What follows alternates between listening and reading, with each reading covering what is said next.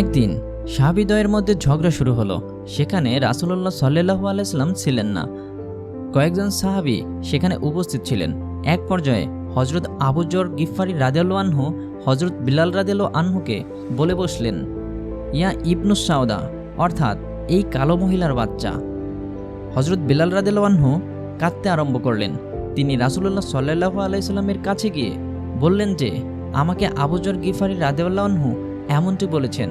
রাসূলুল্লাহ সাল্লাল্লাহু আলাইহি ওয়াসাল্লাম শুনে সাথে সাথে রেগে গেলেন আর সাহাবী একজনকে পাঠালেন এবং বললেন যে, যাও আবু যরকে ডেকে নিয়ে আসো।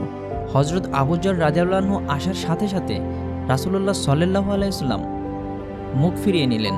তারপর রাসূলুল্লাহ সাল্লাল্লাহু আলাইহি ওয়াসাল্লাম বললেন, তুমি কি বিলালকে এভাবে অপমান করেছো? তবে শুনে রাখো, তুমি এমন একজন লোক যার ভিতরে জাহেলিয়াত রয়ে গেছে। কারণ জাহেলি যুগে উঁচু নিচু, সাদা কালো, ধনী গরিব গোত্রের উৎকৃষ্টার ভিত্তিতে সম্মান দেয়া হতো। তখন হযরত আবু যর গিফারী কান্না করতে করতে সাথে সাথে বেরিয়ে আসলেন। তিনি সোজা চলে গেলেন বেলাল রাদিয়াল্লাহু আনহুর সামনে।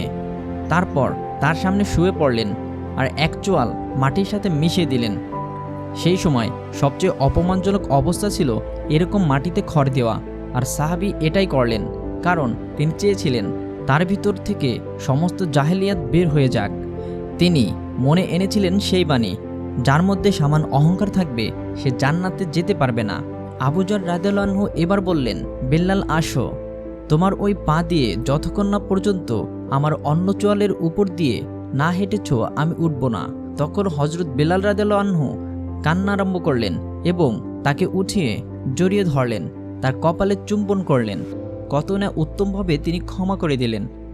আর তেমনি আবু যর রাদিয়াল্লাহু আনহু কেমন অনুশোচনা করেছিলেন। আজকের এই সুন্দর ভিডিওটি যদি আপনার ভালো লেগে থাকে তাহলে আমাদের সাথে থাকার অনুরোধ জানাচ্ছি। বিদায় নিচ্ছি আজকের ভিডিও থেকে। আল্লাহ হাফেজ।